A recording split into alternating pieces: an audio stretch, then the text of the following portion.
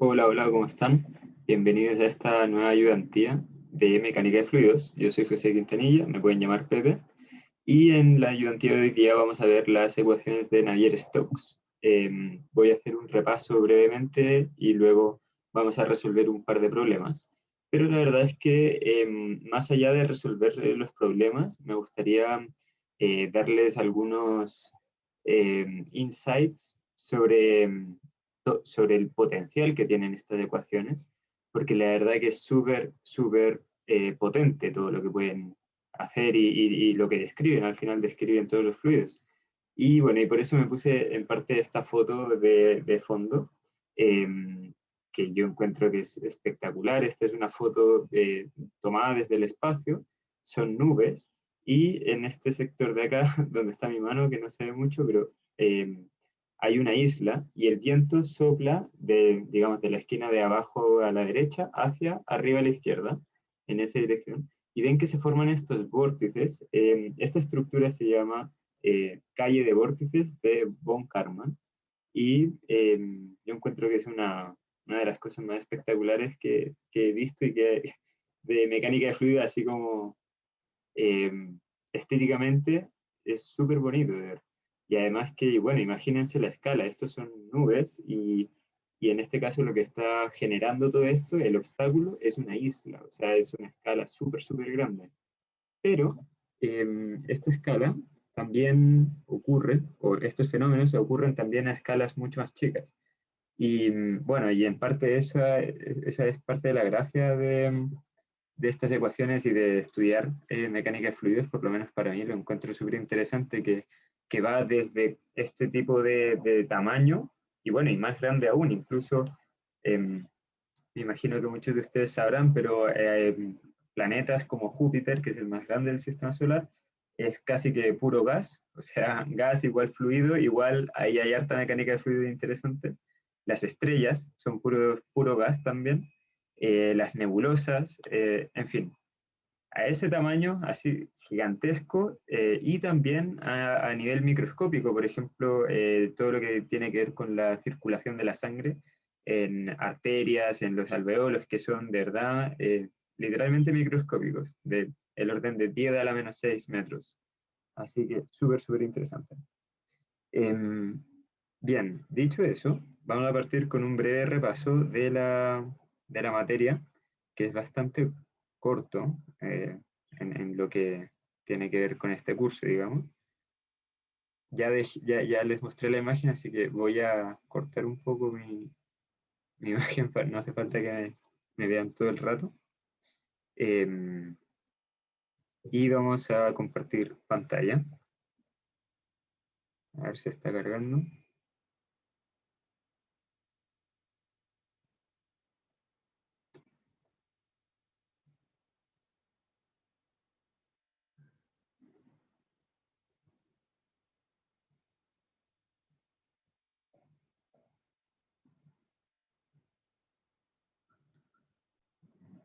Muy bien, logramos conectar el iPad, así que estamos de vuelta.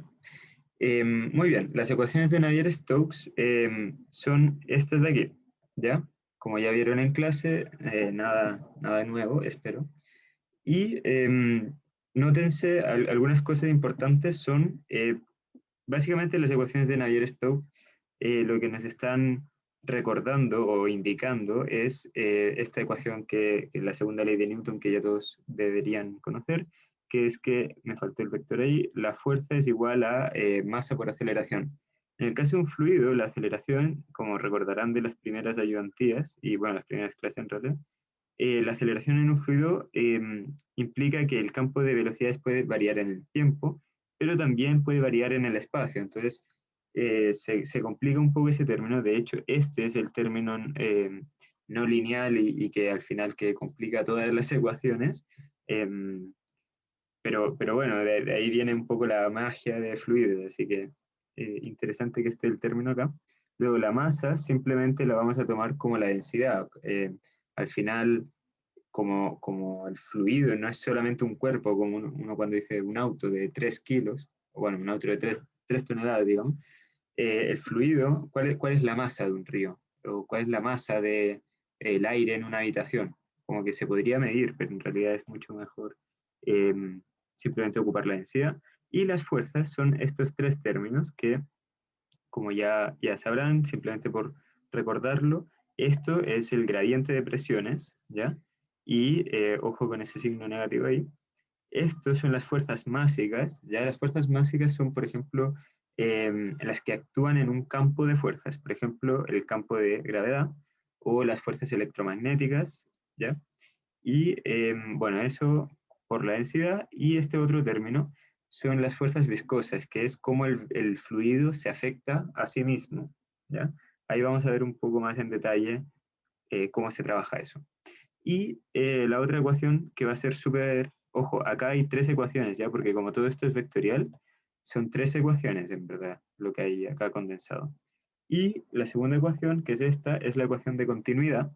Y ojo, que la ecuación de continuidad tiene esta forma si y solo si ρ es constante, o sea, si es incompresible, ¿ya? Em, por lo general se trabaja con estas estas cuatro ecuaciones, ya que las incógnitas son las tres componentes de la velocidad, ¿sí? Y más, entre comillas, más la presión, ¿ya? Así que es bueno tener en cuenta que hay cuatro ecuaciones acá con las que jugar. Para este tipo de ecuaciones que son en derivadas parciales y además que no lineales, como son súper complejas de resolver, lo que se hace para poder, los casos en los que hay soluciones analíticas son casos simplificados, ¿ya? Y en esos casos simplificados, por ejemplo, lo que se puede obtener es el perfil de velocidades, ¿ya? Y para eso vamos a tener algunas nociones que voy a explicar a continuación que tienen que ver con estos casos. Son algunos simplemente. ¿Qué pasa si tenemos un fluido, acá está la superficie libre, ¿bien?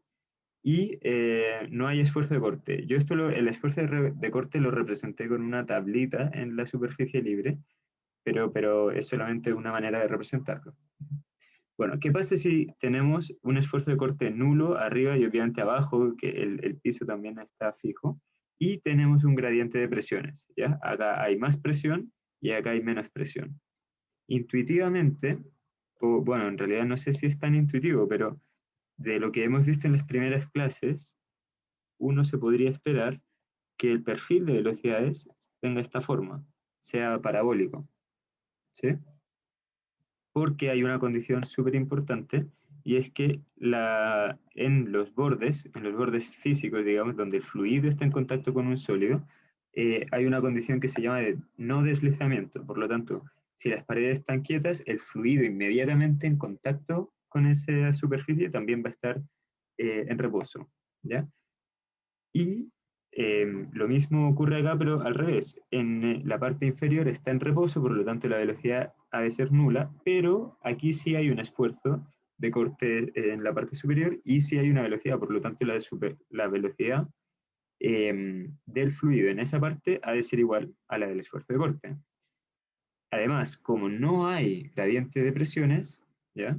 Lo que tenemos es simplemente una variación lineal del perfil de velocidades. ¿Ya? Esto les debe sonar de las primeras clases, insisto.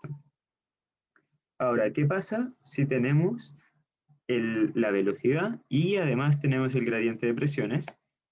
En realidad lo que ocurre es que se combinan de alguna manera la, las dos anteriores. Entonces tenemos esa variación donde aquí es nulo, velocidad igual cero. Aquí la velocidad del fluido en la parte superior es igual a la velocidad de la tabla, digamos, ¿ya? Pero esto varía de forma parabólica, porque al final está siendo influenciado por ese gradiente de presiones. Y un último caso que quería mostrar era este, en el que tenemos las fuerzas de presiones, o sea, si solo estamos considerando las fuerzas de presiones, ya vimos que ha de ser parabólico, pero tenemos una tablita que está yendo en dirección contraria. Entonces, ¿qué pasa en ese caso? De nuevo, la condición de no deslizamiento implica que esa velocidad del fluido en la parte superior sí o sí ha de ser igual a la de la tablita, y por lo tanto ocurre que tenemos esto de acá, más o menos. Lo voy a exagerar un poco, pero más o menos ocurre esto. ¿Ya? Si se fijan, acá ocurre algo interesante, y es que a pues no es a la mitad de la altura, sino que es en un punto intermedio, digamos, eso, en un punto intermedio, tenemos velocidad nula. Y luego de ese punto, si estamos viendo como de arriba hacia abajo, tenemos que empezamos en velocidad nula, luego se empieza a desarrollar y empieza a disminuir, a partir de cierto punto empieza a disminuir, se vuelve nula la velocidad y luego hay un contraflujo, ¿sí? Así que es interesante de tener en cuenta eso. ¿Por qué menciono esto? Porque en muchos ejercicios de esta materia, en Navier-Stokes, se nos pediría encontrar las expresiones analíticas, las funciones, para estas distribuciones, pero es interesante tener una noción previa. Por ejemplo, si tenemos un ejercicio, estamos resolviendo un problema en el que el gradiente de presiones es cero y solo hay una velocidad, ya sabemos que el gradiente o sea, el perfil de velocidades que vamos a encontrar ha de ser lineal, ¿ya? O sea, si resolvemos y luego encontramos que u, digamos que este es el eje y, ¿ya? Si luego encontramos que u en función de y es igual a, no sé, y cubo por 3x cubo, eso, perdón, u en función de y es igual a 3y cubo. Está malo. Probablemente haya que revisar lo que estábamos haciendo, porque no tiene sentido. O sea, tiene que ser lineal, ¿ya? Y lo mismo para los otros casos. Bien. Otra cosa que quería mencionar rápidamente son estos términos de aquí que tienen los nabla, que uno al principio creo que no es tan trivial de ver qué quiere decir exactamente eso, así que eh, escribí esto para que lo vean con colores, creo que ayuda a verlo. ¿Qué quiere decir? Perdón, ¿qué quiere decir esto de acá? Perdón. Entonces, ¿qué quiere decir este término de acá? Lo que nos está indicando es que tenemos la velocidad, está acá, el nabla, está acá, y de nuevo la velocidad, ¿sí? Entonces, si desarrollamos esto como si fuese un producto punto, tenemos esto, y luego le aplicamos esto a cada una de las componentes. Entonces, aplicando esto a la primera componente, obtenemos este de acá. Y así para los siguientes. Por otro lado, ¿qué quiere decir esto de acá? Matemáticamente, tenemos entre comillas, un nabla al cuadrado, esto de acá, tenemos la velocidad, el campo de velocidades, este de acá, y si desarrollamos, encontramos esta expresión de acá, ¿ya? Y bueno, y obviamente con la viscosidad. Esto es solamente una forma de, si se acuerdan, para fluidos newtonianos tenemos que el esfuerzo de corte está dado por esta relación de acá, ¿verdad? Bueno, de X o de Y también, ¿ya? Entonces lo que estamos viendo, este término acá, nos está dando el gradiente de los esfuerzos de corte, ¿ya? Es interesante tener esa noción. Muy bien, dicho eso, vamos a pasar directamente a los problemas. Entonces, bueno, ahí tienen mi mail por si me quieren escribir alguna duda. Entonces veamos los problemas. Problema 3. Recuerden que los problemas 1 y 2 están en la sección de la mañana. Entonces, problema 3. Demuestre que el campo de velocidades de un flujo de viscosidad mu contenido entre dos placas estáticas separadas por una distancia h e impulsado por un gradiente de presión, ahí está escrito, delta p, o sea, nabla p, está dado por una parábola tal que, o de esta forma al final, ¿sí? Tome como referencia el sistema de coordenadas que se indica en la figura, este de acá, y mencione todos los supuestos que considere necesarios. Por lo tanto, tenemos esta distancia de acá, que vale h, tenemos el sistema de coordenadas que ya nos lo dieron, y lo que nos están diciendo es que esto es una parábola, si se fijan, u en función de y cuadrado, es esta parábola de acá, que era de hecho el primer caso que teníamos. Aquí hay más presión y aquí hay menos presión, por lo tanto el fluido es impulsado. Muy bien, ¿qué quiere decir eso? Entonces, por cierto, yo ya lo tengo desarrollado, pero porque creo que es más fácil así ustedes pueden, yo simplemente lo explico, ustedes van pausando, van copiando, aunque de todas formas esto lo van a tener a mano, ¿ya? Lo voy a subir a Canvas, así que simplemente para hacer un poco más corta la ayudantía, creo que siempre se agradece. Y así no tienen que estar poniendo por 2 el video. Bueno, entonces los supuestos, y esto es súper importante para todos los problemas de Navier-Stokes, queremos resolver las ecuaciones de Navier-Stokes simplificadas, ¿ya? Y esas simplificaciones vienen dadas por los supuestos. Entonces, el primero es que vamos a asumir que es permanente. Vamos a asumir que el flujo es incompresible para poder ocupar la ecuación de continuidad, como pueden ver un poquito más abajo. El fluido es newtoniano para poder ocupar la expresión que ya dije, que es esta de acá, de U en DI, por ejemplo. ¿Ya? Vamos a suponer que es unidireccional, o sea, como esto lo que está diciendo es que es un flujo 2D, que es el siguiente supuesto, en el que simplemente la única componente de la velocidad es la componente en X. Muy bien. Estos, por lo general, son supuestos como que vienen por default para este curso, pero siempre es importante que los tengan en mente, ¿ya?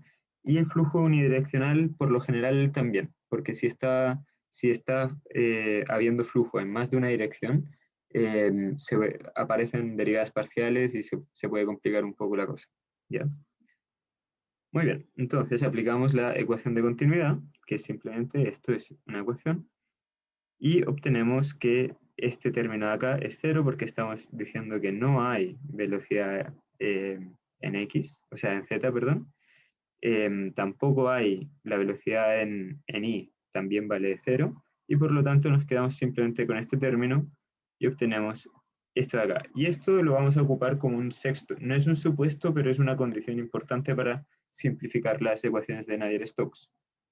Entonces, ahora aplicamos Navier-Stokes. Siempre es importante, primero, ecuación de continuidad, primero, y segundo, aplicar Navier-Stokes. ¿Ya? Muy bien. Ahora aplicamos Navier-Stokes, solo necesitamos la coordenada en X, por lo tanto, la Navier-Stokes nos queda de esta manera. Bien. Lo único que estoy haciendo acá es tomar la derivada del campo de velocidades en dt, es la derivada de u. ¿Sí? Esto, si se fijan, es la primera componente de esta parte de acá. ¿Ya? Etcétera. ¿Bien? Entonces obtenemos esta expresión de acá. Esto se va porque ya dijimos que es permanente. Este se va por la condición de continuidad.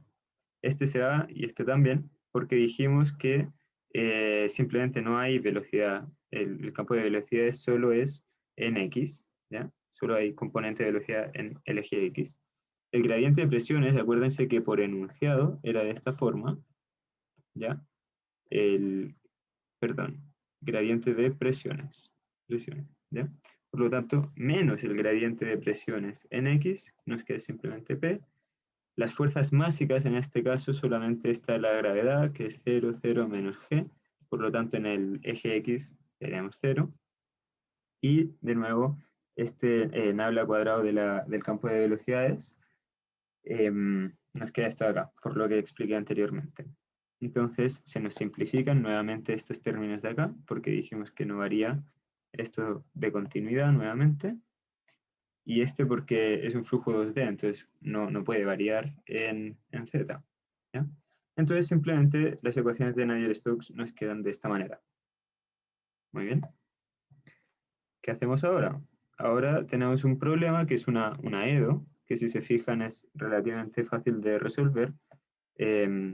Simplemente lo único que estoy haciendo acá es despejar P, o sea, dejar esta expresión de acá, porque la segunda derivada de U en DI es la derivada de I de la derivada, así, ¿verdad? Por lo tanto, I pasa al otro lado, ese de I, y me queda la derivada de esto. Integrando por teorema fundamental del cálculo, me queda solo eso. Y esta parte de acá integro normalmente, me sale una constante de integración. Súper importante la constante, ahora veremos por qué. Y nada, simplemente el siguiente paso es volver a integrar respecto a I y obtenemos esta expresión de acá con dos constantes de integración. ¿Ya? Derivada de segundo orden, dos constantes de integración y por lo tanto condiciones de borde también son dos. ¿Ya? Y las condiciones de borde son lo que comentaba al principio de la condición de no deslizamiento. ¿Ya?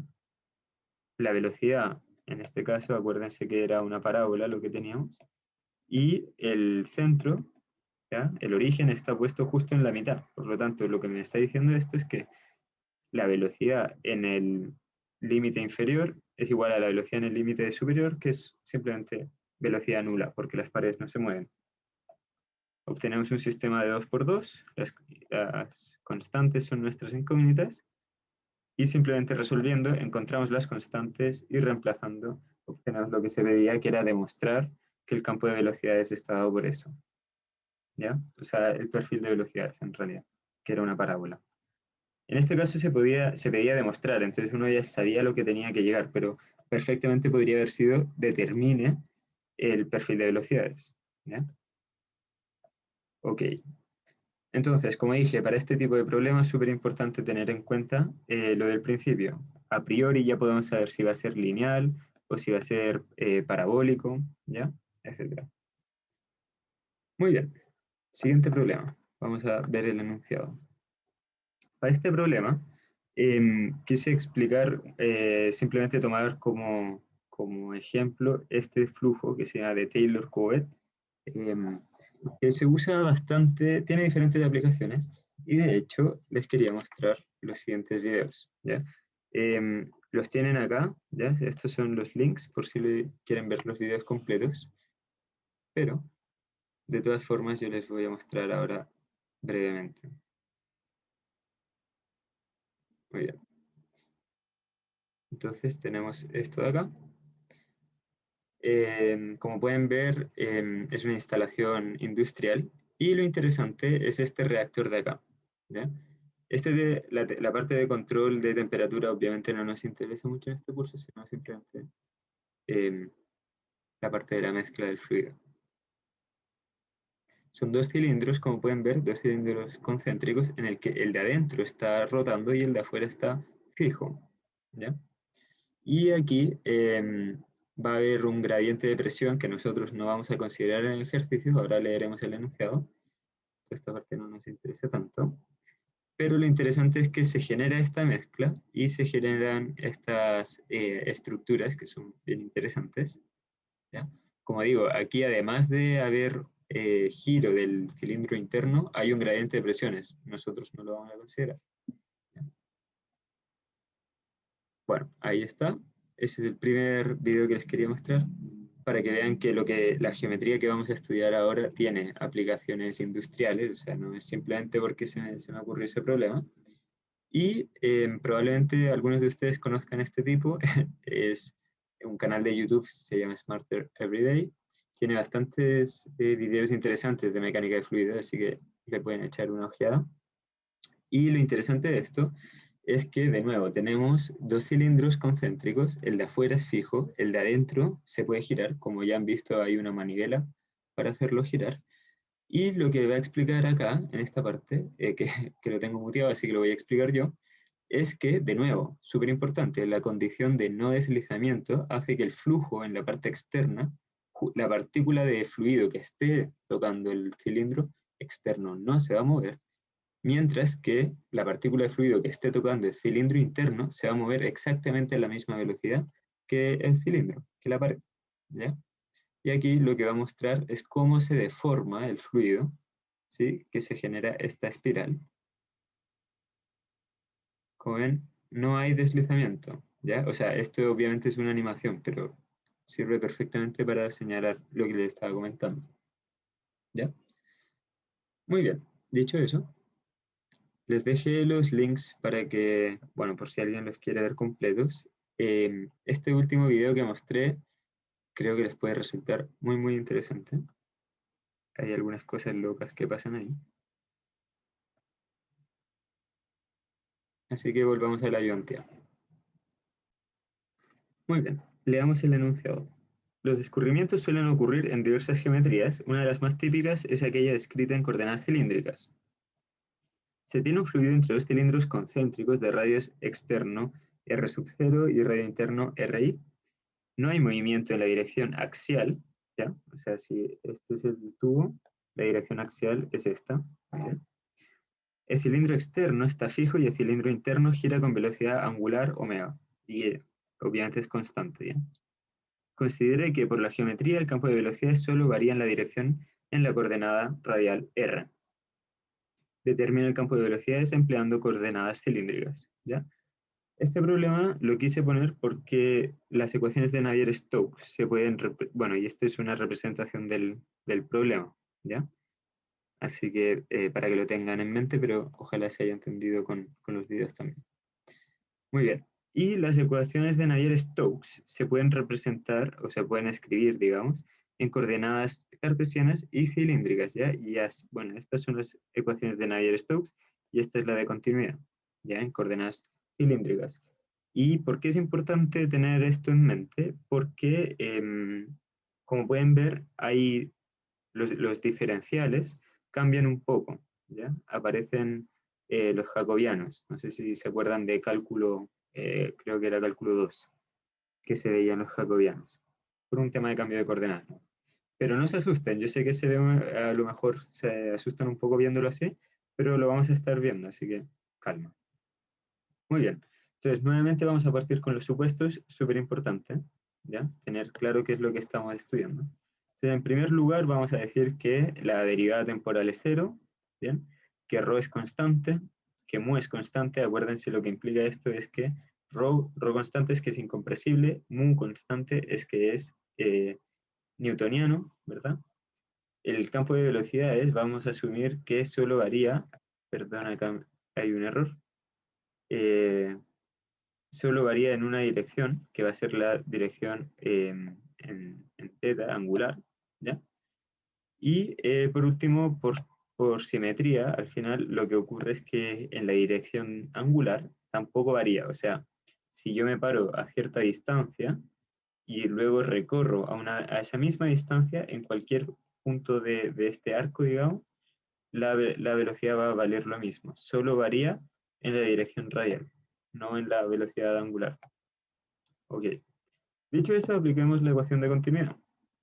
Ecuación de continuidad, fíjense que aquí estoy aplicándola en 2D, simplemente considerando las coordenadas en R y en θ, y se obtiene esto de acá.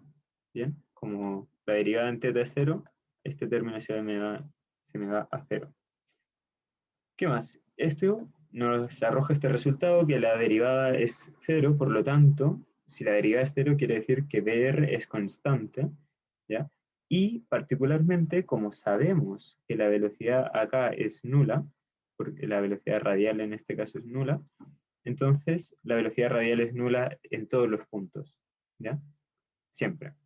Por lo tanto, podemos concluir que la velocidad, el campo de velocidades, la única componente que tiene es bθ y que solo depende de r. ¿Ya? Por lo tanto, estas derivadas que son parciales, ahora las vamos a poder reescribir como derivadas ordinarias. ¿Ya? Muy bien, entonces, de esto de acá, la única parte que nos interesa es la coordenada angular, y veamos que tenemos lo siguiente. Esto ya dijimos que se iba a 0. Bien. Esta, la componente radial, también acabo de decir que es 0, por lo tanto también se va. Esta también se va. Velocidad en R nuevamente se nos hace nula. Y dijimos que no hay movimiento en la dirección axial, por lo tanto en Z también es 0. El campo de fuerzas másicos en θ también va a ser nulo. Nuevamente la derivada respecto a θ se anula. Estos tres términos de acá, fíjense que no los podemos simplificar, no los conocemos, simplemente no sabemos qué es lo que pasa, así que va a haber que estudiarlo. Y los otros términos, nuevamente, por las derivadas en θ se hacen 0, y como dijimos que no varía en la dirección axial, la derivada respecto a z también se hace 0. Muy bien, entonces obtenemos, después de esta simplificación, por eso son tan importantes los supuestos que uno hace, ¿ya? Bueno, supuestos y deducciones iniciales, ¿ya? Porque luego uno plantea Navier-Stokes y toda esta ecuación de acá se me simplifica, ¿ya? Por eso es súper importante que lo haga. Bueno, obtenemos esto de acá y simplemente esta parte va a ser reordenar, obtenemos esto de acá, ¿bien? Y vamos a resolver, fíjense que son derivadas de nuevo de segundo orden, pero creo que viéndolo con un poco de calma no deberían tener mayor problema, así que lo voy a dejar ahí. Pongan pausa, lo ven y creo que no hay mayor problema. Si no, en la sesión de consultas pueden preguntar. Perfecto. Entonces sigamos. Las condiciones de borde en este caso van a ser que la velocidad angular en la parte interna, acuérdense que esto está girando, solo la parte interna está girando, por lo tanto la velocidad es esto, ¿sí? Creo que no hay problema tampoco con eso, y el exterior está fijo, por lo tanto la velocidad angular externa en la pared externa es nula, y de nuevo obtenemos un sistema de dos ecuaciones, dos incógnitas que son las constantes. Obtenemos las constantes y reemplazando obtenemos esta expresión de acá. No lo resolví tan paso por paso porque creo que no aportaba tanto y en realidad es simplemente un sistema como relativamente simple además. Pero no, si tienen dudas, me avisan. Aquí cometí un error. Muy bien. Fíjense que esta expresión de acá, bueno, creo que no es tan trivial de ver esto, pero esta expresión de acá, en el que las variables están ahí, nos entrega justamente este perfil de acá, ¿ya? Este perfil ya estaba dibujado de nuevo, pero es interesante ver que este es el perfil de velocidades. Si se fijan, en el video que acabo de mostrar, bueno, al inicio, la trayectoria que seguía, o bueno, no era una trayectoria en realidad, simplemente empezaba con una línea así, ¿verdad? Hacía girar esto de acá y al final terminaba con algo como así. Ya, eso no es el perfil de velocidades, ¿ya? No se confundan con eso, pero solamente como comentario, ¿ya? El perfil de velocidades es este de acá. Muy bien. Así que con eso quedó resuelta la ayudantía. Esos eran los dos problemas que les traje. Creo que es creo que fue relativamente corto, perdón. Pero la verdad que los problemas de Navier-Stokes son muy complejos y los que tienen solución analítica siguen un procedimiento muy similar. Partir con estos supuestos, ¿ya?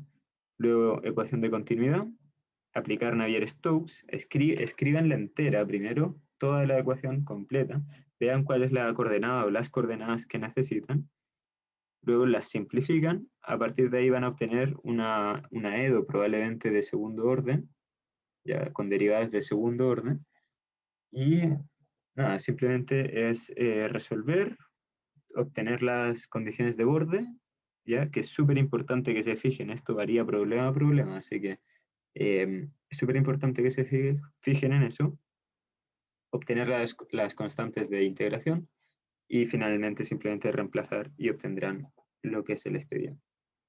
Bien, esto fue todo. Espero que les haya gustado y sobre todo hayan aprendido. Y por último, me gustaría comentar que en el link les dejamos la evaluación de la ayudantía. Es súper importante que la respondan, por favor. Ya para nosotros nos ayuda mucho a mejorar y a saber qué es lo que estamos haciendo bien.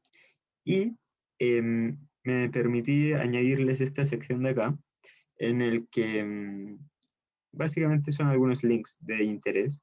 Hay muchísima información y un montón de sitios en los que pueden encontrar información interesante sobre las ecuaciones de Navier-Stokes, porque de verdad dan para mucho, ¿ya? Em, pero les puse estos entradas de una revista que son interesantes porque Navier-Stokes son, bueno, hasta aquí la ayudantía terminó, a quien no le interese esto puede terminar y cerrar el video y ya está. Pero para los que se queden un ratito más, muy bien, se quedaron, gracias. Bueno, Navier-Stokes son una de los problemas como considerados del milenio, y quien la resuelva tiene, bueno, un premio de 1 millón de dólares y probablemente pasar a la historia. Pero el premio ni siquiera es por resolverla, es por encontrar la ecuación analítica, sino el premio es por demostrar si siempre hay, o demostrar que hay casos en los que no hay soluciones, ¿ya? Y esto es un tema súper importante probablemente se acuerden, en Edo había un teorema muy importante que era el teorema de existencia y unicidad de una Edo, que era demostrar si una Edo tenía siempre soluciones y si esas soluciones eran únicas, ¿ya? O esa solución era única. Bueno, en este caso, como es una ecuación de derivadas parciales y no lineal, también uno quiere saber si siempre va a haber soluciones o si hay algunos casos en los que no hay, ¿ya? Y eso hay que demostrarlo matemáticamente, ¿ya? Así que si alguien se anima, hay un tremendo premio, y de nuevo, insisto en pasar a la historia, no es menor, como para que se animen. Y nada, aquí tienen un poco más de información en estos links de acá. Y si quieren saber un poco más de Navier-Stokes, algunas otras aplicaciones, etcétera, les dejo este link a un video en YouTube de un canal que se llama Numberphile, que también es bastante bueno. Es un canal sobre matemáticas. Y nada, creo que les puede resultar interesante. Perfecto. Cualquier cosa, me escriben con dudas o si encuentran otros videos que les resulten interesantes sobre Navier-Stokes y los quieren compartir, yo feliz, me encanta el tema, así que me los pueden mandar y conversamos un poco sobre Navier-Stokes o sobre fluidos en general. Yo encantado.